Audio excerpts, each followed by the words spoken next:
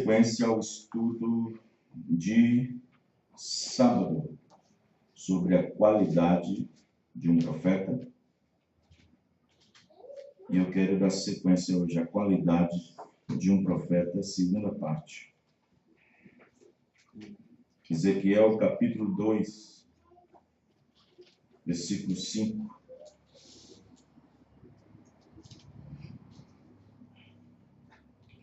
Que Deus abençoe a todos, no nome do Senhor Jesus Cristo. Sábado nós teremos a Santa Ceia, a ceia do Senhor. Ezequiel 2, verso 5. Aleluia. Ezequiel, capítulo 2, versículo 5.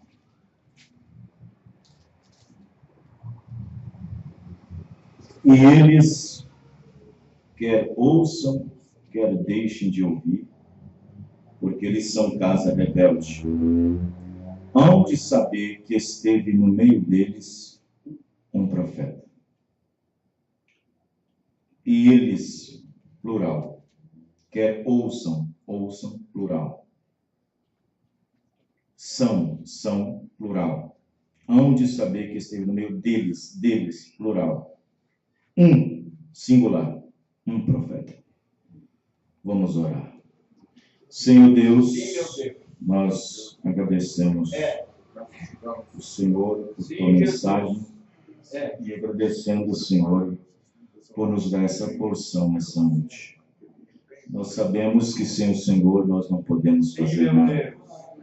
Precisamos da graça do Senhor em nossas vidas. Para que nós possamos, ó Deus, ter a base diante do Senhor, para nós ser fortalecidos na tua presença.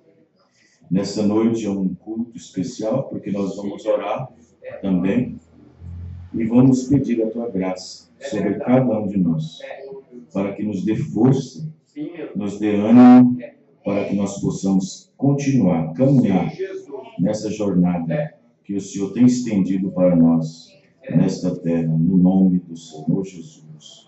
Amém. Os irmãos podem se assentar. Glória a Deus.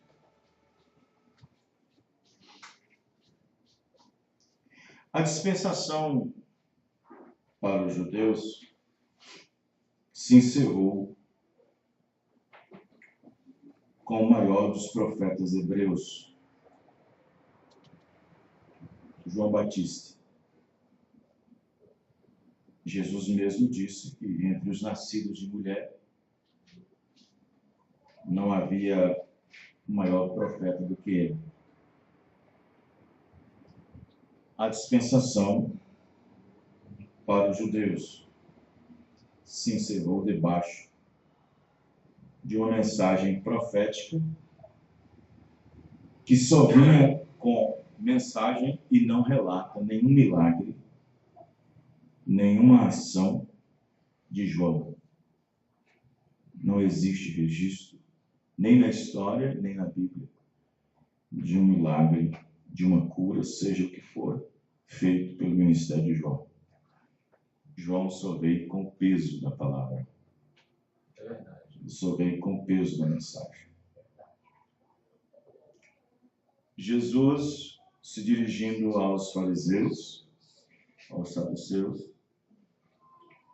no capítulo 7 de São Lucas, verso 27, disse: e se queres dar crédito, este é aquele que estava escrito: eis que envio o meu anjo diante da tua face, o qual preparará diante de ti o teu caminho.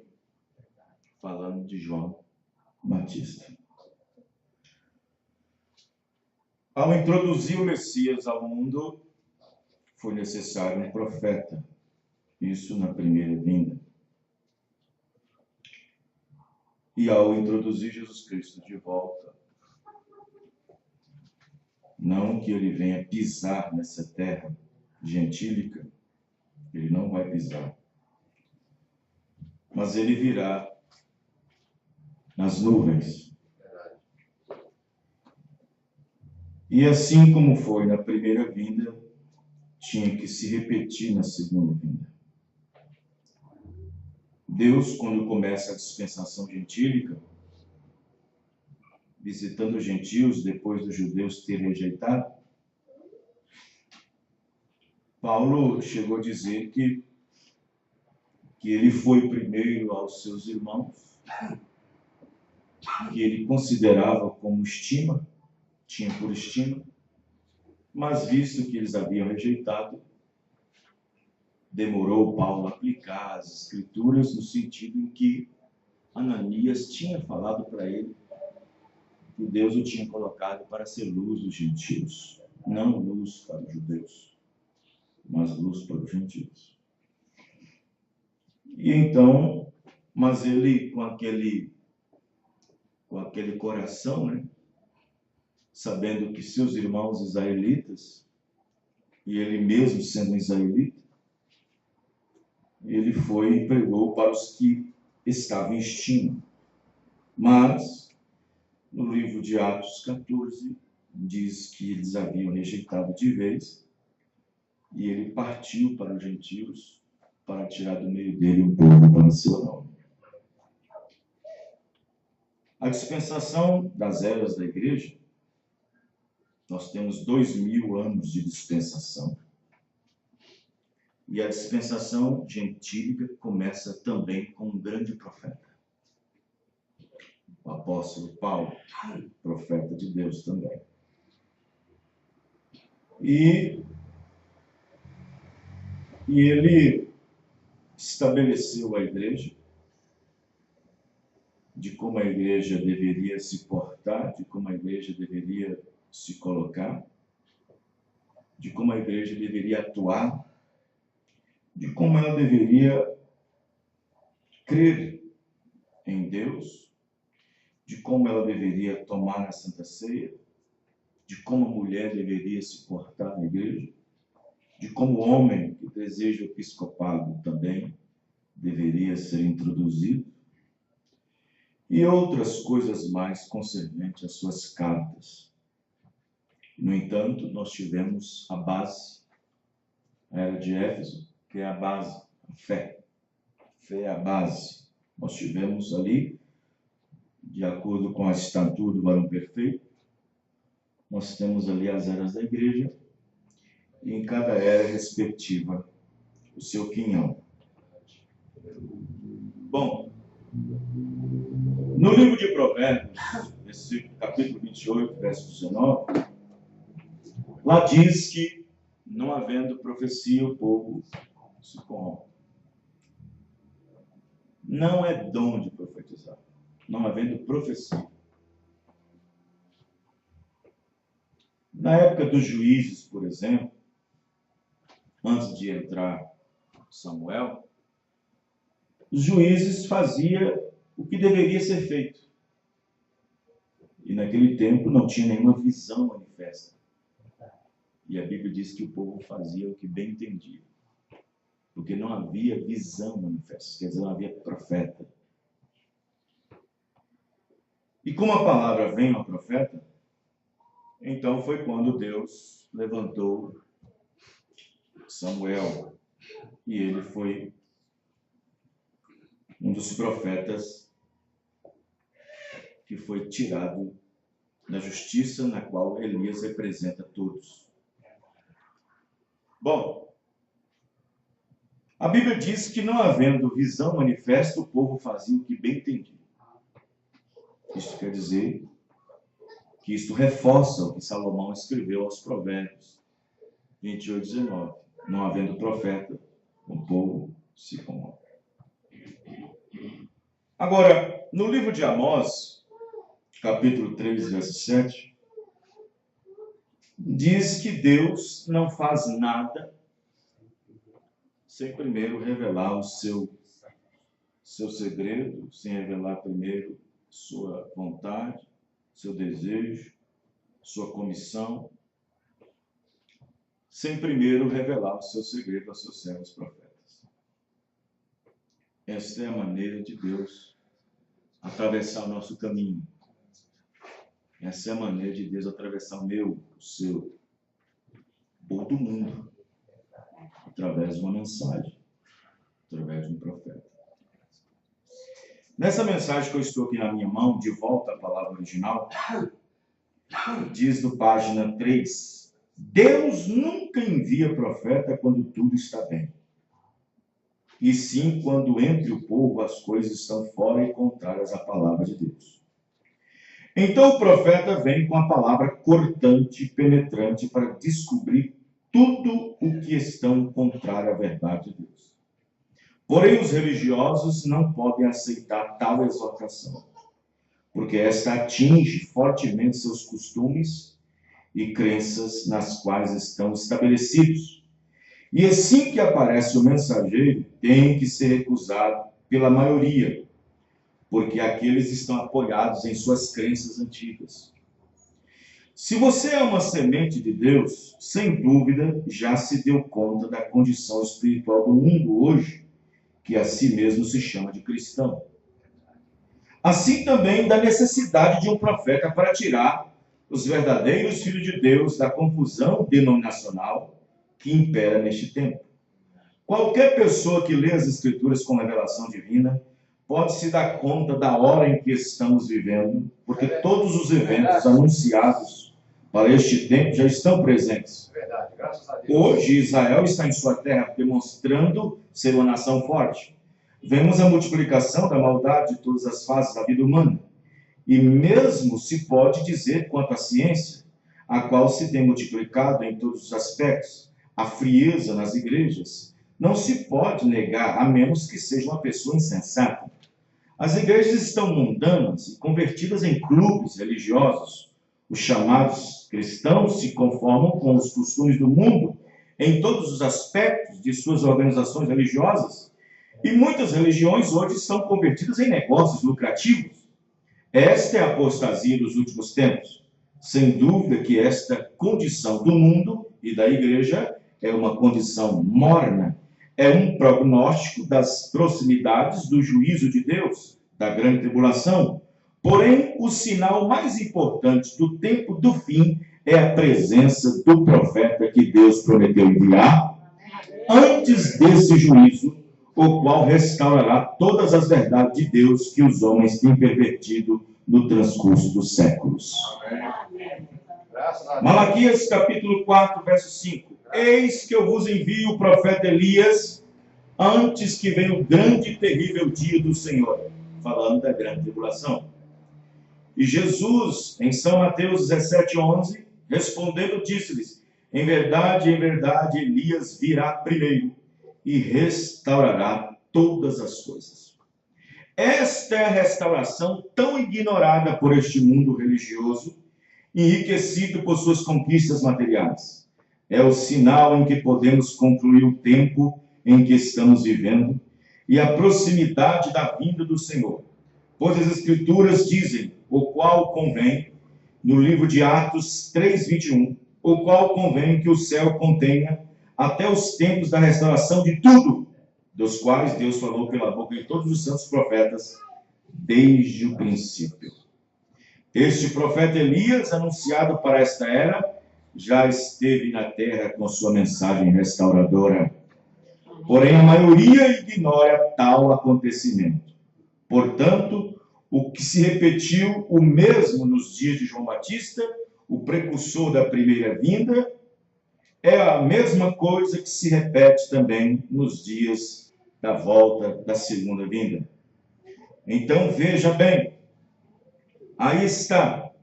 No livro de 2 Crônicas 20:20 diz: crede no Senhor vosso Deus e estareis seguros. Crede nos seus profetas e sereis prósperos. Graças a Deus. Amém. Aleluia.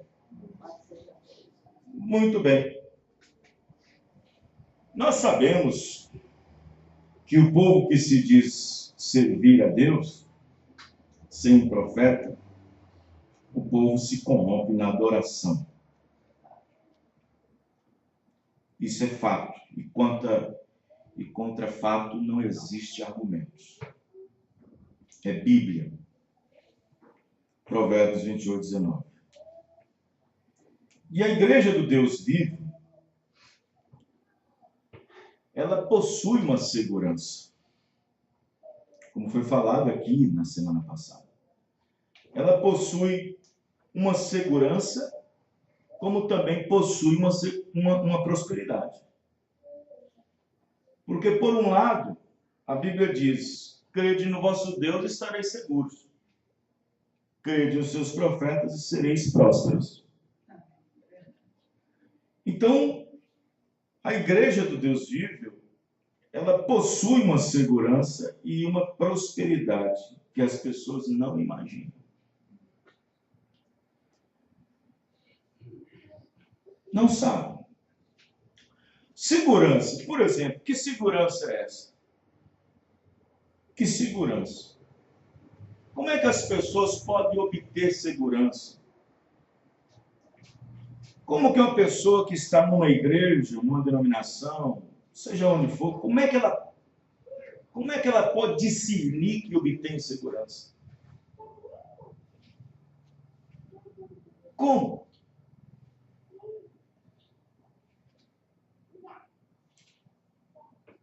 Como que ele pode?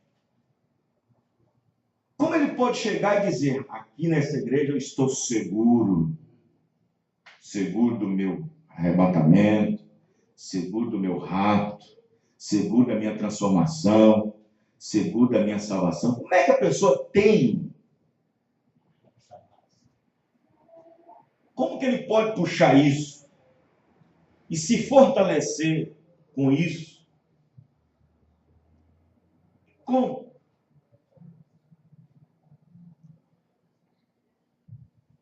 Quando o profeta Irmão Branham, ele foi na sexta dimensão, como os irmãos já sabem, além da cortina do tempo, ele teve aquela êxtase, aquela visão. E quando ele chegou lá, uma multidão cercou.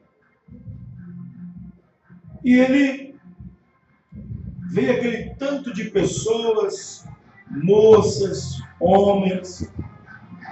Ele viu aquelas mulheres com seus cabelos compridos, sem nenhuma maquiagem, vestes até o calcanhar. Os homens, aqueles irmãos tão afáveis, e todos chamando ele de precioso irmão. Precioso irmão.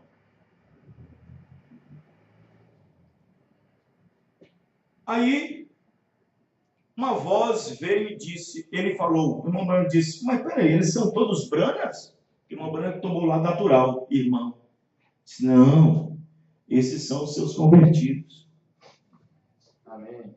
Esses são os seus convertidos. E um dia eu virei a ti e você será julgado. Irmão Branham balançou na base. Aí ele falou: mas e Paulo? Também vai ser julgado? E sim, também será. Então eu estou tranquilo. Estou seguro, amém, irmão? Isso é segurança. Amém. Graças a Deus. Agora, se ele falar assim: e Edi, vai? Vai. E RR, vai? Vai. Mas ele falou: e Paulo? Paulo vai passar também? Porque tinha que falar, ele tinha que aplicar o mensageiro, não tinha que aplicar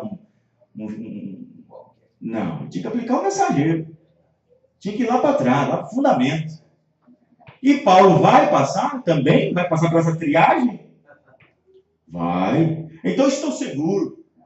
Porque eu preguei a mesma coisa que Paulo pregou. Graças a Deus. Isso nos dá segurança. Amém. Isso nos dá segurança. Isso me traz segurança. Verdade. Graças a Deus. Porque a igreja está edificada no fundamento. Isso mesmo. Fundamento dos apóstolos, dos profetas. Verdade. De que Jesus Cristo é a principal pedra da esquina. Verdade. Graças a Deus. Então, quando Deus envia um profeta, é para endireitar a coisa. É para fazer o que é torto andar certo. para que os caminhos altos sejam abatidos, para que os outeiros sejam aplainados. Foi isso que João falou na primeira vinda. O que era alto seria baixado. Então, quando um profeta chega, e olha que eles tinham 400 anos sem profeta. De Malaquias até João foi 400 anos sem profeta. 10 gerações. Uma geração em 40 anos. 400 anos. Então, quando Deus envia um profeta, é claro, como nós falamos no sábado, existe a qualidade de profeta. Quais as qualidades que ele possui? Quais as propriedades e essência que mostra a sua natureza? Então, quando Deus envia um profeta, é para endireitar a coisa, é para tirar o povo dos caminhos tortuosos, para pôr no caminho verdadeiro. Porque ao homem há caminhos que parecem corretos. Há caminhos que parecem ser certos. Eu acho que o caminho daquela igreja, eu acho que é certo. Eu acho que o caminho daquela outra denominação parece que é certo. Eu acho que o caminho daquela outra igreja ali, lá vai o prefeito também, congrega o presidente, diz que tem um empresário que também vai lá, ali também diz que vai pessoas importantes. Eu acho que aquele caminho é certo. Há caminhos que para o homem parecem ser certos, mas o fim dele é destruição. É verdade. Na mensagem pregada pelo profeta para esta era, a maneira de um verdadeiro profeta, 57, 58, Mombrana diz assim, ele estava falando de Jeroboão II nos tempos de Amós. Amós então subiu com a palavra nos tempos de Jeroboão II, era um homem tão inteligente e capacitado que Israel tinha tido por algum tempo. Ele era um homem que tinha trazido prosperidade a Israel. Então, seu reinado como governo foi bom. Ele estava todo brilhante, mas ele estava algo errado com ele. Ele era um idólatra. E eu lendo isto outro dia, eu pensei que aquilo encaixava bem para aquele dia. Não importa quão inteligente um homem seja, e quanto ele possa fazer, e quanta prosperidade, se ele se afastar de Deus, ele tem endividamento com a nação. Longe de Deus e sua palavra. Eu quero saber se isso não está se ajustando a nós hoje. Para alguém que ama se colocar na televisão e mostrar quão inteligentes eles são, quantos cérebros eles têm, mas eu quero saber se eles têm o bastante para tomarem o assim, diz o Senhor. Ele era um homem inteligente e todo correto. Israel estava numa condição de apóstata. Seus pregadores, seus sacerdotes e também seu governo todo tinha deixado a palavra do Senhor. Ora, eles não criam naquilo. Eles criam que eles estavam com a palavra do Senhor. Mas há caminhos que parecem retos a um homem, mas ao final deles são caminhos de morte. E eles pensavam só porque ele estava prosperando é que Deus estava com eles. Porque estavam eles errados? Todo clero, vê? Todo clero de homens, milhares de pregadores e sacerdotes e reis e governos, todos que professavam ser adoradores de Deus, e ainda todos eles estavam errados. Foi necessário levantar Amós para poder trazer o peso da palavra e então esmiuçar a coisa toda. Então vejam bem, na mensagem, para quem iremos nós? É uma pergunta. Para quem iremos nós? 44, 49. Parágrafo 44 ao 49, diz o irmão Branco. Agora, quero que vocês prestem atenção.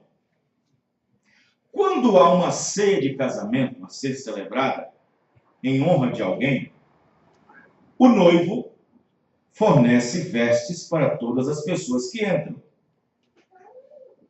Isto era um tipo lá no Oriente. No povo oriental, eles faziam isso. Quando iam celebrar um casamento, havia uma ceia, e então, depois do casamento, havia uma ceia, uma comida, algo que os pais da noiva oferecia para os convidados. Se era 50, seria 50 vestes. Se era 100, seria 100 vestes. No entanto, eles chegavam na porta e era coberto com uma vestimenta especial para se banquetear naquele casamento. Em honra do casal, do noivo, fornece essas vestes. Vejam, pessoas que entram porque seus amigos consistem de pobres, ricos e medianos. Bom, seus amigos, pobres, ricos e medianos. Mas a cada um que ele convida é dado um convite. E este convite tem o nome do noivo nele. E ele traz este convite à porta. E há um porteiro ali que fica junto à porta. E eles têm as vestes. Portanto, um homem chega muito bem vestido e o porteiro põe uma veste comum nele. O próximo homem que chega é medíocre. Ele não está vestido muito mal, mas ele recebe o mesmo tipo de roupa que o rico recebeu. E então o próximo indivíduo que chega, sem dúvida que tem sido convidado à ceia. É tamanha honra para seu amigo que ele levou suas roupas. Mas quando ele chega lá, recebe a mesma roupa. E então, quando todos estão vestidos do mesmo, não tem rico, não tem pobre, não tem ninguém lá dentro melhor que ninguém. É verdade. Assim nós não há nada que possamos fazer acerca disso. Deus proveu nossa salvação através de Jesus Cristo. E não é pelo que possamos fazer, ou por quantas coisas boas que possamos fazer. O que está bem, nada a dizer contra isso, mas pela graça sois salvos. Verdade. Por meio da fé. E então, quando este homem pobre recebe o mesmo tipo de roupa que o homem rico recebeu, e o outro homem recebeu, então, quando estão assentados à mesa, todos parecem iguais. Amém? Amém. Agora, o que aconteceu com este homem? O que aconteceu? Ele emudeceu. De repente, o noivo chegou ali e começou, então, a andar no meio da casa e então ver e cumprimentar seus convidados. Mas ele foi convidando um, convidando outro, convidando um, porque presta bem atenção, é uma parábola. É uma parábola. Ele chama, ele convida, não é eu que convido Jesus. Amém, irmãos? É ele que me convida. Verdade. É uma parábola, é uma escolha dele, não é a minha escolha, é a escolha dele. Amém, irmãos? Não foi eu que escolhi Jesus, ele que me escolheu. Verdade. Ele mesmo disse, não foi vós que me escolhestes a mim, mas eu os escolhi a vós. É verdade. Então tem um certo número, se é 50, se é 100, é um tipo. Jesus pegou o casamento lá no Oriente Médio e aplicou para o espiritual. Mas ele saiu ali para cumprimentar. Muito obrigado por ter vindo ao meu convite. Está vestido bem? Está comendo bem? Está ótimo. Aí ele sai de novo, muito obrigado por ter vindo ao meu convite. Tudo bem? Está comendo bem? Está sendo bem alimentado? Bem. De repente, eu lá num canto, um comendo assim, De lado.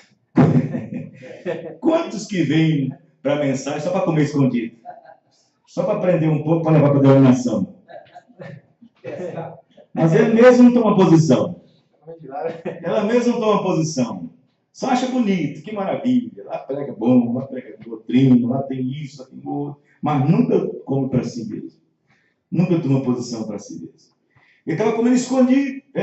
Lá mesmo, eu conheço, lá mesmo em Curitiba, né, tem, não posso dizer, mas tem um homem lá, um pastor, que ele ouve a mensagem e tudo que ele pega e fala assim, isso aqui eu não posso pegar comigo, mas isso aqui eu posso pegar comigo, igreja. E ele prega lá na igreja, usa a mensagem, mas não fala que é o profeta, não fala nada, só pega aquele bom para ele, assim. Aí estava lá comendo. Aí parou e disse... Ele estava meio no canto, comendo escondido. Jesus chegou, disse, ei, olhou para ele e disse, peraí, ele não está vestido igual? Não está com a mesma vestimenta? Escuta, por que você está adorando escondido? Por que você vem aqui e não quer que seu pai saiba, que quer que seu irmão saiba, o seu pastor lá, amigo, não saiba que você vem aqui? Por que você não quer que seus parentes saibam que você está vindo aqui no tabernáculo, na mensagem? Por que você não quer? Por que você está comendo escondido? Hein? Você não está vestido? Cadê o convite? Onde está? Por onde tu entraste? Porque para entrar na porta tem que ter o mensageiro. O mensageiro fica na porta. Ele fica pondo a vestimenta. Ele está pondo essa vestimenta. Amém, irmão? Ele está nos vestindo da palavra. Aleluia. Mas e aí? Só que naquela casa, jogando para a palavra, Jesus pegou o natural para colocar o espiritual e pegou a casa natural, janela. Pegou a janela. Assim, na casa natural tem janela, mas na casa espiritual só tem a porta. Só tem uma porta. E eis que eu olhei para cima e vi uma porta aberta no céu. E tinha uma porta aberta na terra. É Jesus Cristo. Amém?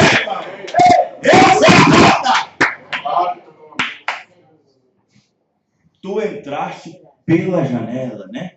Ficou sentindo, ficou ouvindo lá fora, talvez no rádio, na internet, e o cheiro da mensagem te chamou, né? E você entrou. Mas você não quer isso, você não quer lavar os pés, você não quer ser batizado, você não quer tomar Santa Ceia, você não quer crer no profeta. É assim!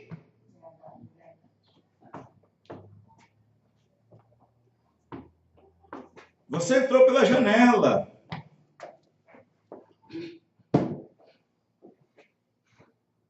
Chama os mensageiros. Vem cá. E Jesus fica ali, ó, não sai não. Enquadrou ele no canto. Jesus enquadrou ele no canto. Aqui você não sai não. Chamou os barros da casa. Chamou os chefes da casa. Chama ele lá. Chamou ele lá. Chama ele lá. Marra o pé, marra a mão e joga. Joga lá fora. Lá fora. Para começar, ele gosta de ouvir o que nós pregamos, está até comendo. Ele gosta de estar onde nós estamos, está até aqui dentro. Mas não quer se vestir como nós vestimos. Não quer se adequar à doutrina como nós adequamos. Não quer crer como nós cremos. Não quer aceitar o que nós aceitamos. Então aqui, fora! É verdade.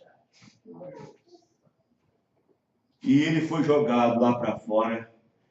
E a comida que ele estava comendo com os dentes, agora é ranger os dentes. Olha. Aí ele continua. É assim que vai ser o dia do juízo. Graças a Deus. Aquele rapaz, aquele homem entrou. Ele tinha subido por uma janela. Ou entrado por uma porta lateral, ou entrado por algum outro caminho, além do caminho provido por Deus. Irmãos, o povo não sabe, mas o caminho provido por Deus hoje é uma mensagem profética. É verdade, graças a Deus. É assim que vai. E ele tinha ficado sem receber essa roupa. É assim que vai ser no dia do juízo. Há outros caminhos, há caminhos de igreja, há caminhos de credos, há caminhos de dogmas, há caminhos diferentes. Mas Jesus disse que eu sou este caminho. São João 10, eu sou a porta também. E as pessoas hoje, do mesmo modo que eram naquela época, elas simplesmente recusam a tomar esse caminho. Elas querem seu próprio caminho. Elas pensam que igualmente está bem. Está bom. Veja, um profeta vem com a palavra, com o conselho de Deus, caminho provido. E quem não está sujeito à correção, não pode ter o direito de ser chamado filho de Deus. Ele perde o direito de ser chamado filho de Deus. Ele deixa de herdar. Jesus é o nosso herdeiro. Presta bem atenção. Jesus, ele é o herdeiro maior. Por que você fala assim que ele é o herdeiro maior, pastor? Porque ele veio na forma humana.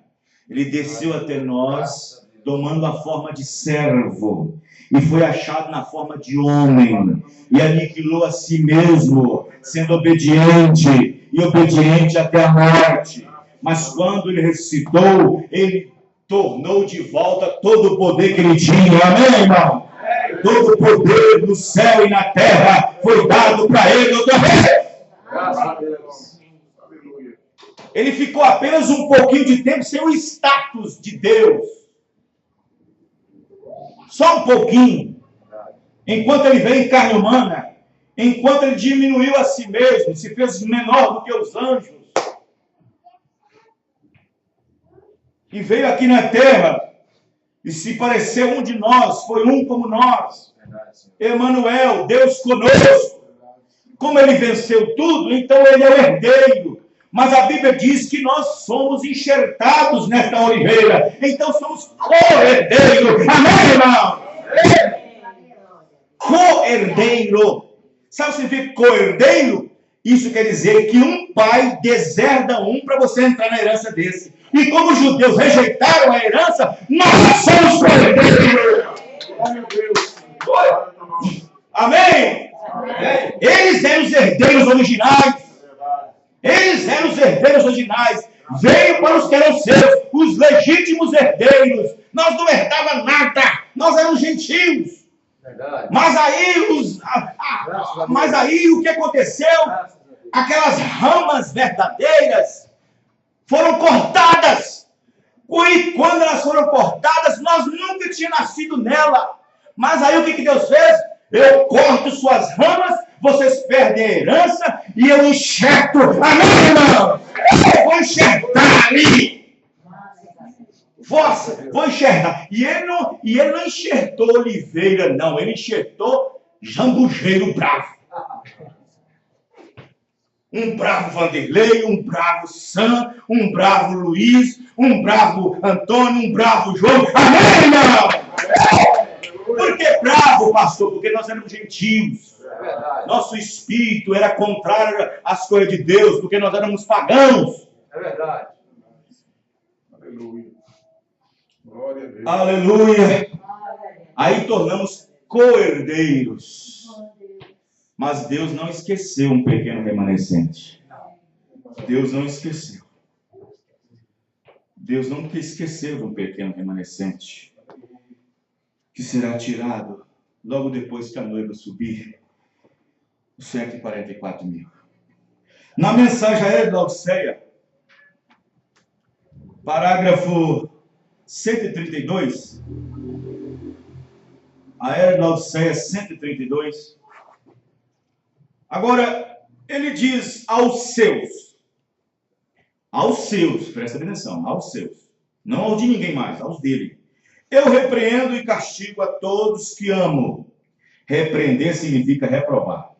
Reprovar é expor o fim de corrigir. Disciplinar não significa punir, significa disciplinar, porque a correção do súdito está na mente. E isto é exatamente o que encontramos em Hebreus 12, 5 ao 11. Vê você? Aí está, 132. Amém, irmãos? Amém. Aqui vemos o amor de Deus. E o amor de Deus é isto. Ele deseja uma família. Efésios 2,19. Concidadãos feitos da família de Deus. Filhos que se parecem a si mesmo. Eis perante ele todo o gênero humano como uma massa de barro. Fora desta mesma massa ele fará agora vasos para honra e vasos para desonra. A escolha será a sua própria escolha. Então aqueles escolhidos, nascidos de seu espírito, serão treinados para serem conforme sua imagem em seu modo de viver. Ele repreende com toda tolerância, benignidade e misericórdia. Ele disciplina com as mãos, com as cicatrizes dos pregos. Algumas vezes este oleiro deve tomar o vaso que está fazendo e quebrá-lo completamente, a fim de que ele possa reconstruí-lo exatamente como ele deseja. Mas é amor. Este é seu amor. Outro caminho para seu amor não há, não pode haver. Então observe bem que nesta era de Laodiceia, que nós estamos vivendo, ele foi colocado para fora. Cristo foi colocado para fora. Porque a maioria do mundo, praticamente a maioria são religiosos. Já tem se estabelecido suas organizações, suas igrejas. Foi assim que aconteceu. Não havia 400 anos sem profeta. Não havia. Só havia o templo de Salomão e o sacrifício contínuo que o sacerdote fazia e a leitura do sábado. Mas aí montou um monte de igrejinha ao lado do templo de Salomão. Aí virou que tanto sinagoga para lá, fariseu para cá, saduceu para lá, um monte de igrejinha. E quando João Batista chegou, estava tudo estabelecido. Os irmãos entenderam, irmãos? As suas ideias estavam estabelecidas, pré-estabelecidas. E quando Deus, nessa última era, envia o profeta, já existe um monte de tantas ideias e crenças e manufaturado e dogmas que já estão estabelecidos com suas vozes que abafam a verdadeira voz de Deus nesse último dia. Glória a Deus. Aleluia. Aí, na mensagem era de Esmirna, parágrafo 17. Amados, não estranheis o fogo ardente que surge no meio de vós, destinado a provar-vos. E isto é o que disse Pedro. É estranho Deus querer que desenvolvamos um caráter semelhante ao de Cristo, que vem pelo sofrimento. Não, Senhor. E todos temos provações. Todos temos sido provados e disciplinados como filho. Ninguém vai senão através disso. A igreja que não está sofrendo e não está sendo provada, não tem vencido. Ela não é de Deus. Hebreus 12:6. Porque o Senhor corrige a quem ama e açoita todo filho a quem se recebe. É para disciplinar que perseverais. Deus os trata como filhos, pois que filho há quem o pai não corrige? Ora, nesta condição especial, nós vemos aqui a aplicação para esta era, que também o amor é sofredor. Amém, irmãos? Amém. Então, irmãos, como crentes dessa mensagem, você tem que sofrer por isso. É verdade. Você tem que sofrer por isso. Como é que você sofre? Você sofre. As pessoas dizendo que seu batismo é falso. As pessoas, as próprias denominações, já vi pessoas denominacionais acusando nossas irmãs de ser cabeludas e saiudas. Sabe? Acusa nós de falso profeta, que nós cremos no falso profeta. E eu mando procurar um tal verdadeiro. Porque se esse aqui for falso, então me mostra o verdadeiro, eu queria atrás do verdadeiro. E então chama um monte de coisa, um monte de coisa, um monte de coisa. E então, quer dizer, e você sofre pela causa. Amém. Você sofre pela causa. E quando Jesus Cristo disse em Mateus 10:41, quem recebe um profeta na qualidade de profeta, receberá galardão de profeta. E galardão significa ser amigo de profeta. E por hora o profeta é amigo de Deus. Amém, irmão? Então recebemos galardão de profeta. Esse galardão que traz o profeta. Esse galardão. Vejam bem. As pessoas falam assim, Moisés estava guiando 2 milhões de pessoas. Moisés. Só Moisés é que ouviu a voz de Deus, irmão. Mas ninguém. Ninguém ouviu mais a voz de Deus. Só Moisés que ouviu. Agora, é claro que quando Deus chamou Arão e Miriam no canto, por ter zombado de Moisés, por ter tido uma mulher etíope, que não fazia parte da nação hebreia, Deus desceu. Você chama eles na congregação na porta, que eu quero descer, eu quero conversar com eles. Falou com eles. Deus abriu seus sentidos para suportar a voz de Deus. Graças a Deus. Desceu. É verdade, Senhor. Mas o povo em si não ouviu a voz de Deus, só ouvia somente de um homem. Amém, irmão? Só via de um homem. E agora, como que você pode ter o entendimento de que Deus falou com esse homem? Puxa vida, 2 milhões de pessoas, mas será que Deus só fala com esse homem? Aí como é que você tem que saber? Pela qualidade. Amém, irmão? Pelo que ele possui. Glória a Deus. Como disse Jesus Cristo lá atrás antigamente, se alguém vos levantar no meio de vós, dizendo ser profeta, e o que ele profetizar estiver fora do que está ensinado, não receba tal profeta. Mas o que ele profetizar, o que ele pregar e ensinar, e estiver com essa Bíblia, aceite-o, porque ele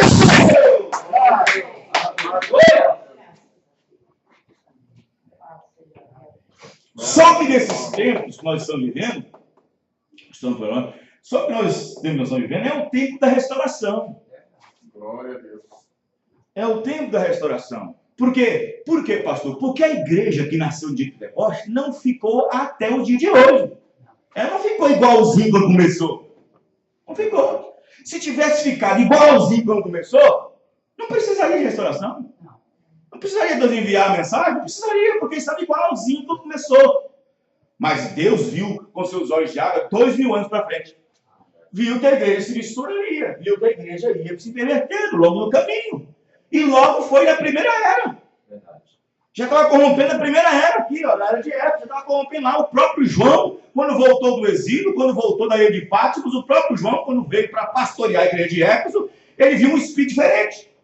Quando ele partiu, estava tudo certo. Quando ele foi preso, foi para a ilha rochosa de Patmos. Mas quando ele voltou para pastorear a igreja de Éfeso e morreu de morte natural, ele viu um espírito diferente. Ele disse, espera aí, filhinhos, tem um negócio errado aqui. Tem um negócio errado aqui. Você não está percebendo porque é sutil. Você não está percebendo porque é apenas um espírito só. Não tem se tornado ainda uma doutrina, que era nicolaíta, e nem tinha coroado o espírito no 4º século, que quando coroou. Tem uma coisa errada aqui. Vocês não estão percebendo. Tá, João? Como é que é? Pois é. Não tem se pregado que o anticristo viria nos últimos dias? Tem se pregado. Pois eu digo, já está no nosso meio. Como assim, João? Explica para nós, como assim? Pois eu vou dizer, todo aquele que não confessa que Cristo veio em carne é o anticristo. Deus veio em carne! Aleluia! E isso estava sendo pregado sutilmente no meio da igreja, e o povo estava percebendo que são profetas, são mensageiros, amém, irmãos? E João estava cotado para isso. Amém? Ele viu aqueles. Mas João não podia. Claro que aquele espírito se acendeu. Ele cresceu. Foi morrendo os apóstolos. Aí veio Policarpo ainda segurou um pouquinho ainda. Aí veio Policarpo, e depois veio Irineu. Irineu segurou um pouco, mas quando chegou na 4ª era, no início do 4º século, aí a coisa. Aí os nicolaístas colocou bispo para lá, bispo para cá. E quando fez aquela convocação em Nicéia em 325, que aqueles bispos tiveram que caminhar léguas, eles vão para dizer que não devia ter ido lá, mas tinha que cumprir o que Jesus Cristo tinha falado. Quando aqueles 318 juntou lá em Milão, não podia ter ido, mas foi. Eles foram discutir o quê? A divindade. Foi discutir a divindade. O espírito que começou na primeira era, aquele espírito de Cristo, estava negando que Jesus Cristo tinha vindo em carne, foi reforçado aqui. E ali a discussão aumentou. Jesus é divino ou não? Começou aqui na primeira era. E João diz, todo espírito que não confessar que Jesus Cristo, que Cristo veio em carne, não é de Deus. Isso foi comentando. Quando chegou aqui, na era de Pérgamo, aquele espírito já estava sendo já quase coroado, já tinha virado uma doutrina, e então aquele espírito ia ser coroado, e aqueles dois bispos, Atanásios e Adários, disseram, bom, a nossa discussão aqui é o seguinte, Jesus é divino ou não? Ele era homem somente ou Deus? Essa foi a discussão. Os irmãos, estão entendendo? Já tinha começado a primeira era. Se na primeira era o Espírito Anticristo estava aqui, e nesta última que Jesus Cristo disse em Mateus 24, falsos cristos e falsos profetas. Que se possível fosse, enganaria o próprio eleito, o escolhido, mas não é possível.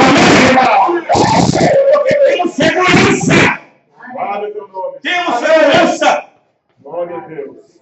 Não estamos debaixo de uma hierarquia religiosa, com conceitos, com homens dirigindo homens. Não estamos diante de um sistema na qual é regido por presidentes, vice-presidentes, governo, banco, política. Estamos debaixo de uma mensagem que nos coloca na presença do Deus vivo, que vai a palavra original. Aleluia. Vamos orar a Deus.